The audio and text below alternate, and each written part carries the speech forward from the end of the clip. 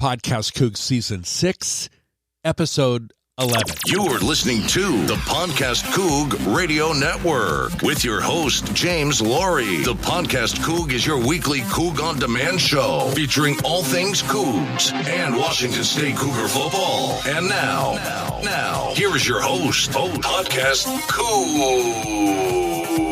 Hello, everybody. Welcome back to the PodcastCoug. I am James Laurie, the PodcastCoug, and you are listening to the PodcastCoug, where we're all things Cougar football, 30 minutes of Coug talk, and we're talking about our huge game against University of Oregon on Saturday night. Hello, everybody. Welcome back to Episode 11, and what a crazy week it has been in the state of Washington, right? Personally, it's what a crazy week, but let's talk quickly about Autzen. The whole second half of this show is on Autzen as well.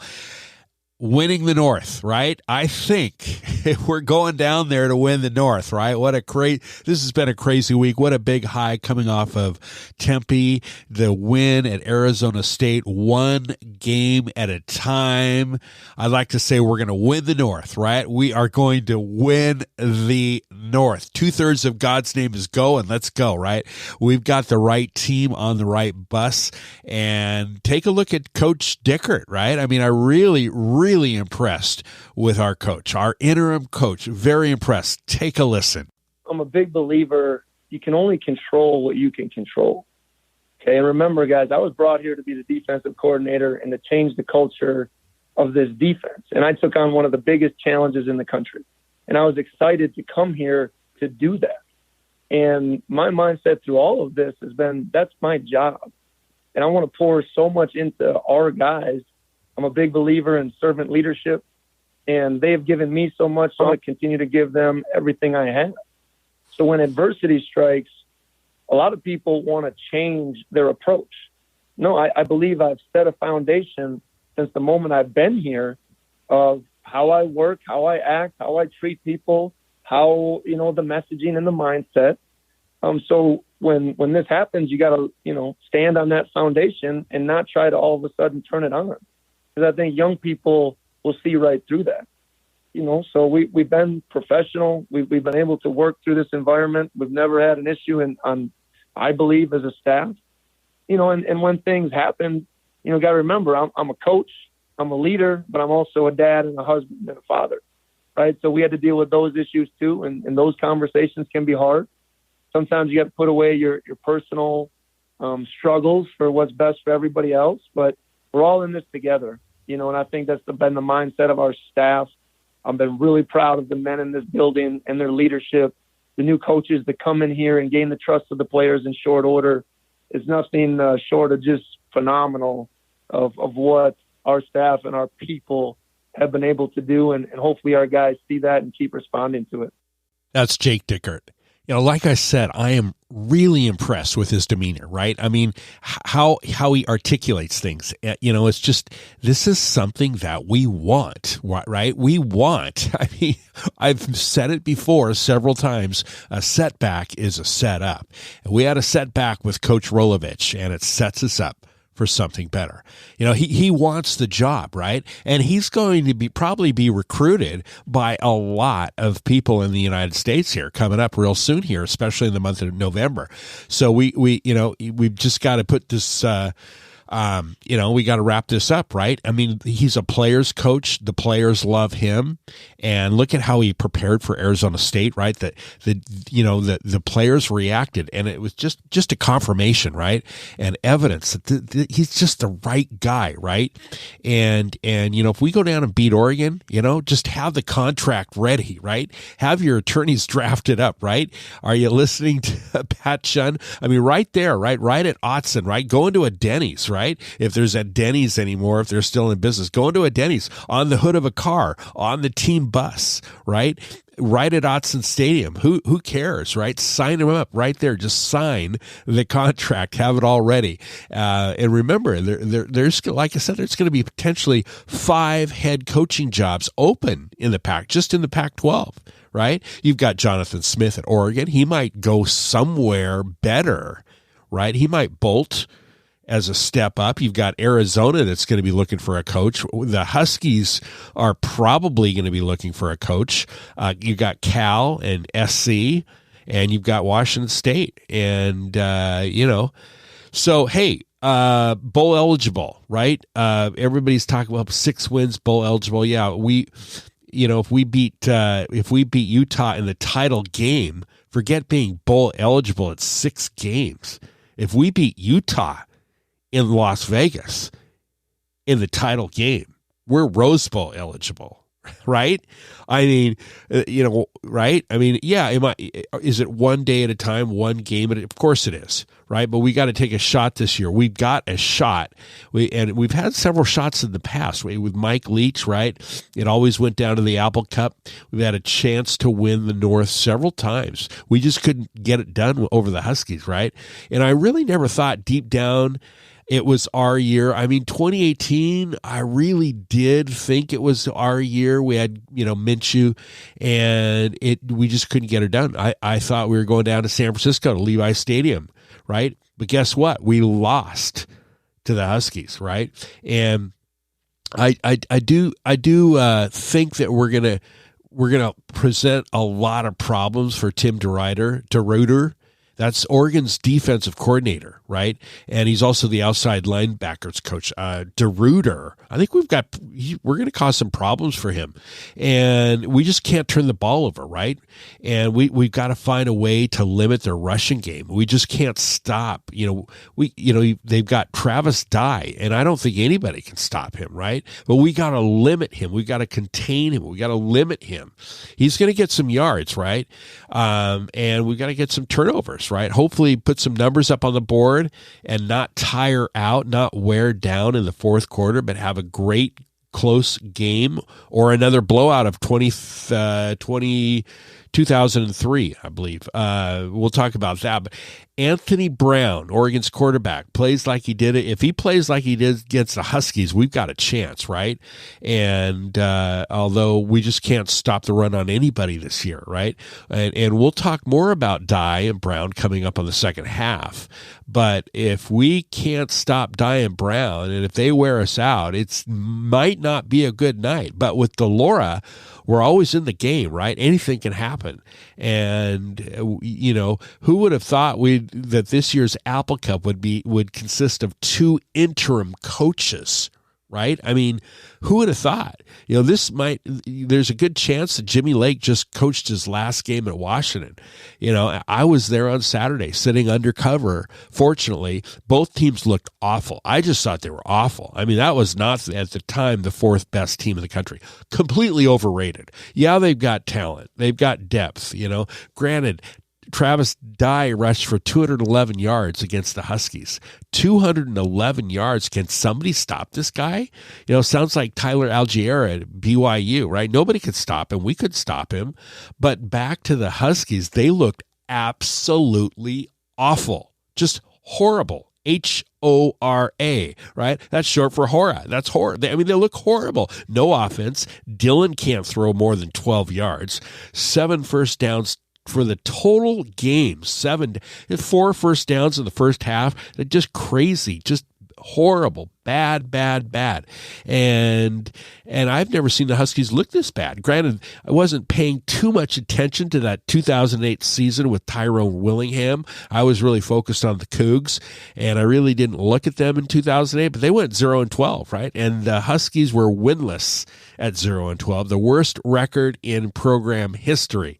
But speaking of history, let's talk about the biggest game in Cougar history. One of the biggest game, not but one of the biggest game, right? We're talking about Oregon. It's the Cougs and the number 3 Oregon Ducks in Eugene coming up right next here on the second half of the Podcast Coug. Hey, Coug fans. You're podcasting with James Laurie and the PodcastCoug Radio Network.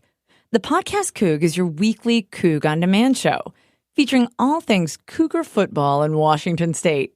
To help you get through the week, hit the subscribe button or check us out on iTunes, the App Store, iOS, Google Play, Stitcher, or at PodcastCoug.com. The real estate agent you work with matters, and a great agent helps you own the home of your dreams. And your dreams come true with James Laurie at Coldwell Banker Bain, representing clients like you 24/7. From condos to colonials and everything in between. If you're selling, buying, need a price analysis, or just a contractor referral, ask James, winner of the 2015 through 2019 International Coldwell Banker Diamond Award, with dozens and dozens of 5-star Zillow reviews and Seattle Magazine's 5-star award winner for 2018 through 2020. James Laurie, Coldwell Banker Bain, at 425-466-3672 or jameslaurie.net.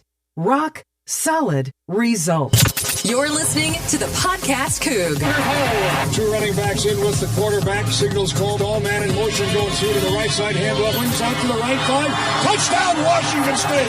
You are listening to the Podcast Coug. Welcome back to the second half of the Podcast Coug. I am James Laurie, the Podcast Coug. We're all things Cougar football, all things Cougs. King of the North showdown, right? Cougs versus Ducks, and it's going to shape up to hopefully a great game. You know, a lot of people, it's going to be low scoring, and then it ends up being a high scoring game, and it could be a dandy, and it might be a dud. I mean, you just don't know. It's the opposite, right? I mean, but what is not the opposite? It's the King of the North, and it's the King of the North is Saturday. It's one of the biggest game in program history. Massive game awaits Washington State right when we travel to Autzen, take on number 3 Oregon. Which I believe are they really the third best team in the country? Really? I mean, they've got some guys, right? But their quarterback just runs the ball, right? We'll talk about that. We're in control of the Pac-12 North. The winner dictates their own destiny over the last 2 weeks of the regular season, right? It's Oregon, the Cougs, Oregon, we've got Oregon, and then we got, of course, Arizona, and we got the Huskies. We got Washington and Seattle at the AC. And Oregon's got Utah, and then they're at Utah, okay? And then they've got Oregon State at home. So, it's kickoff 7:30 ESPN, big ESPN, right? After dark. And we're coming off the bye, right? 5-4. Oregon is 8-1, riding high after defeating the Huskies 26-16 last Saturday in the rain. And top 3 college football playoff rankings, right? I mean, here we go. It's Oregon's sights are on the college football playoffs. I mean, right? I mean, while we're looking at the North, Washington State is not looking at college football playoffs. We're not ranked in the top 5. We're not ranked number 4. We're not ranked number 3. We are unranked. I mean, we're looking at the North. And a win on Saturday could get the Cougs bowl eligible, of course, for the 6th consecutive full season. 6 full seasons in a row we've gone to a bowl game. So Oregon's signature win of the season, of course, was at Ohio State in Columbus. Their only loss came to Stanford. That was a controversial situation where the Ducks were penalized several times late in the game with some arguable calls. But we've got a chance to enter the driver's seat right here in the Pac-12 North. And we're going to find out at 11 p.m. Saturday, right? We're going to find out. You know, hopefully I'm on AlaskaAirlines.com on Saturday night. Either that or I'm planning the Cougar Express, a couple of what do they call those buses? Charter buses, right? I did that for 2018 when we were positive. All we had to do is beat the Huskies. We were at Levi Stadium in San Francisco, and I kind of coordinated with Linda Finch as the Cougar Express website. Everything had deposits, had to refund everybody's money. We had 2 buses coming from Spokane, 1 from Seattle down to San Francisco. Of course, that didn't happen. That was spoiled. Thank you, Mike Leach. So we're not going to blame it on Leach. He just never beat the Huskies, right? So, but 2012, he beat the Huskies, I think. Just 2012, right? His first year. But Lake never beat Jimmy Lake. All right. So it is going to, what do we favorite? 13.5 right now is the line. Mario Cristobal considers us their true rival game, right? since we've won 6 out of the last 10 games. You take the past decade, we've won 6 out of 10, and Cristobal thinks we're the real deal, not the guys at Montlake, and we're using our bye week to get 90% of our game plan right. The Ducks just dominated Washington on the ground in the rain, 166 yards in offense. Again, that 26-16 win. And it was cold, it was wet, it was miserable. Even being under cover, it was miserable. It was miserable. But, the AC isn't 2 weeks away, right? And I'll tell you, let's hope it's not going to rain. And that, by the way, that game is, I think, at 5 p.m. on FS1.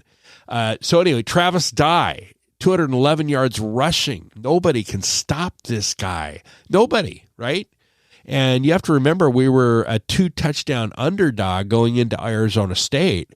And, we just ended up routing the Sun Devils. I mean, I wouldn't call it a boat race, but we routed them, right? We just created havoc. And there might not be a hotter team or a hotter quarterback in the Pac-12 right now than Washington State. I mean, we've won we've won 4 of our last 5 games. We're healthy. We're coming off a fresh bye week. Let's not think that the bye is going to take us out of that momentum.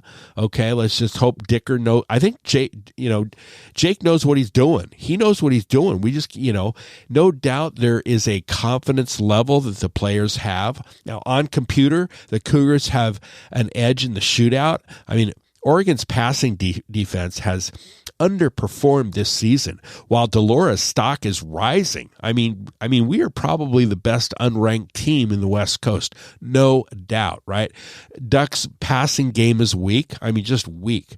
And Oregon has been forced into about half of his game leaning heavily on the running game, and I don't blame him. They've got Travis Dye, and he's their backup. I mean, Dye can win the game just by himself. He's that good. And they have, they've run over 200 yards in 5 games. They've hit the 300-yard mark against the Huskies, and Anthony Brown, their quarterback, isn't that stellar in the air. Travis Dye just single-handedly driving the force behind their offense this year. So Dye ranks second in the Pac-12 with 820 yards total, averages about 6 yards per carry. The problem is we just can't stop the run. I mean, I sound like a broken record. I mean, we're not bad, but we look at Tyler Algier at BYU and Pullman, right? And we thrive on takeaways, right? But Oregon doesn't really fumble the ball. They've got good ball control, and they've got great ball control. They've only coughed it up like once. The Ducks rank third in the league with just 9 giveaways. So Oregon's defense has just been tanked by injuries. They've had so many injuries, and they've got some guys, right? So Kayvon Thibodeau and of course Noah Sewell. So Thibodeau is incredible. I mean, this guy's great. Now, we're going to talk about him a little bit later, but the Ducks truly have one of the nation's most talented up front 7. Their 7 guys up front are amazing. Remember, we had a season high of 166 yards, 42 carries at Oregon State. It was incredible. The most rushing attempts the Cougs had in 11 years, 42 carries, right? Borgie and McIntosh. We've been saying it all season long. Both Max and Dion, they need 20 carries each. And Rollo was hesitant. Dickert steps in and says, "Yep, we're going with 20 each." We had 42 carries at Arizona State. And, then we got Delora, and we got Ron Stone and Calvin Jackson Jr. And so, we've got guys too. But did you hear what Mario Cristobal said Monday? He said this the other day. Washington State is a big rival because of how the games, how we played them in the past. They're a big rival because of what's happened in the past. And he's referring to how, the Huskies are rarely a threat. They've got their name, right? I mean, they call it a rival. The media calls the Oregon and Washington a rival. But Cristobal came out this week and said, our big rival is Washington State. They're the ones that have been competitive, right?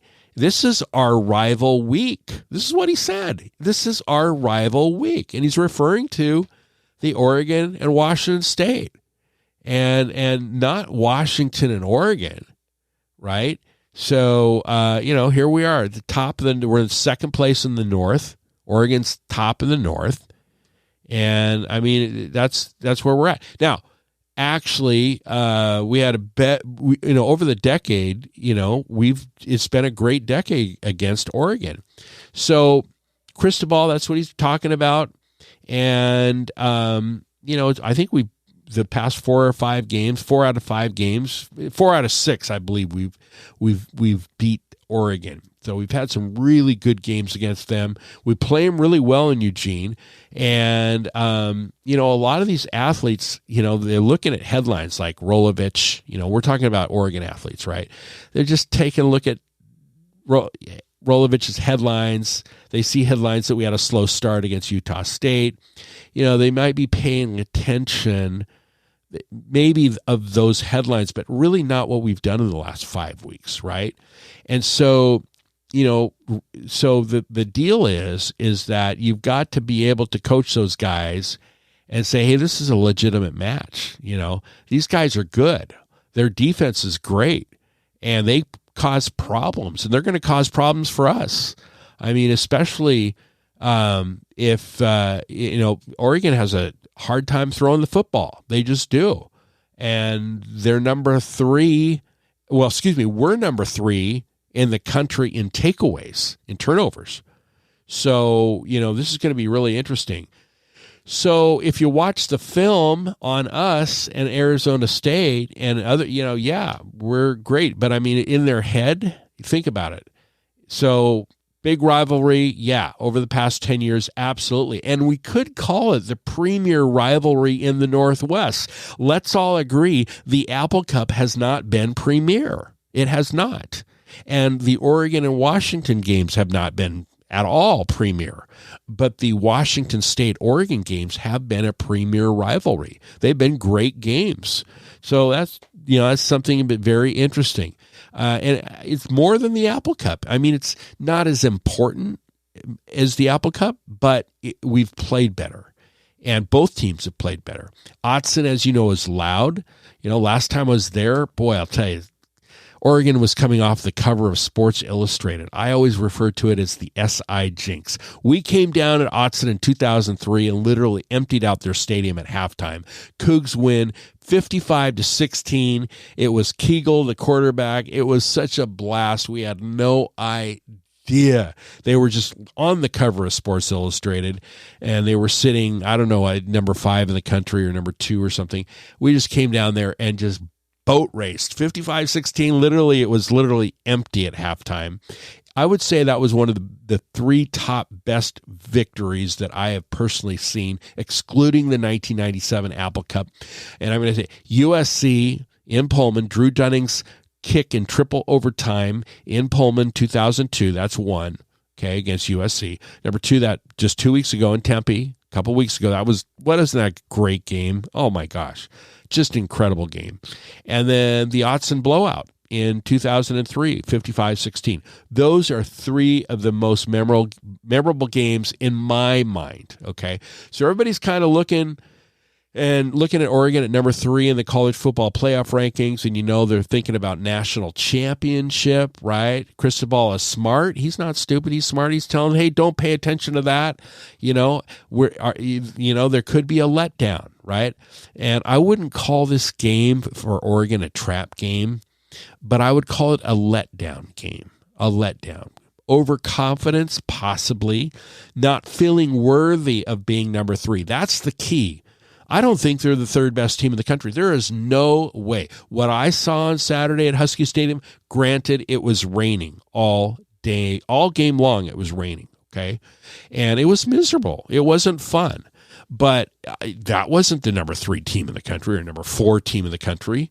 I would say that they weren't even the number 18 team. I mean, I wouldn't say they're horrible, but overconfident.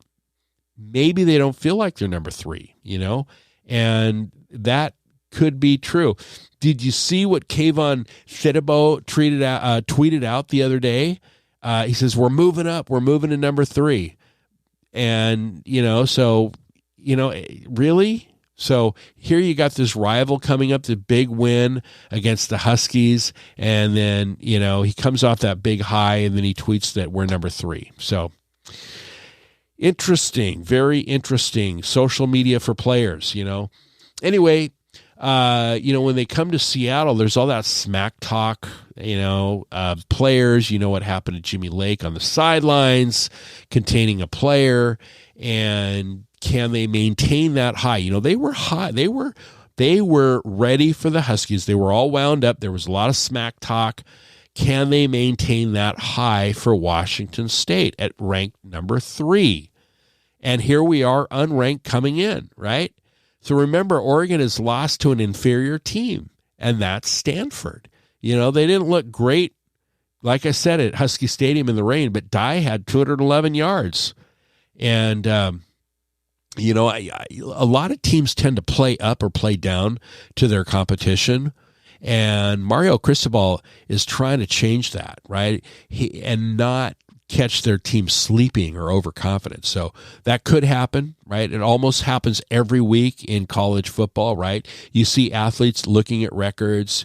You see them listening to whatever, reading whatever, and they're just looking at the noise or listening to the noise, and you're ranked and you're highly ranked, and those things seep in mentally in the players, mentally. And then you are, you're dealing with 18, 19, 23-year-olds, and you, as a coach, it's difficult to control the mental approach of that. I mean, it's very difficult. You can say the same line that every coach, one game at a time, but I'll tell you, when you're number 3 in the country and you just beat your rival up in Seattle, right? You were high on that, and then Jimmy Lake gets suspended for a week, right?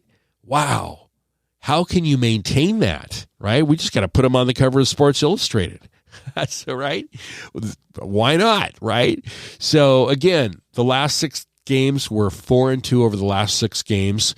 And it's going to be, this is super exciting, right? Remember that Oregon has been hit with a lot of injuries. Running back C.J. Verdell is out. Their linebackers and their backups. I mean, they've got backups in there, and some other key guys are out. They've got a rash of injuries, but they've got a lot of depth, and that's why they're doing okay. 8-1. I mean, they really haven't beat anybody except for Ohio State, and we're the biggest team right now. We are their biggest team on their schedule. I mean, this is it. Interesting that Jim Mastro, Ken Joe, and Salve all used to work for Washington State under Leach, right? So, and then you take that recent suspension of Jimmy Lake, and it's interesting, their interim coach Bob Gregory actually is a Washington State grad of 1987. He played for the Cougs as a linebacker and a defensive back. Their interim coach Bob Gregory at the Huskies, right? So this is really interesting. But we've got the best quarterback in Delora, somebody who should be first team all Pac-12, right? Everyone in the Pac-12 really isn't throwing the ball this year.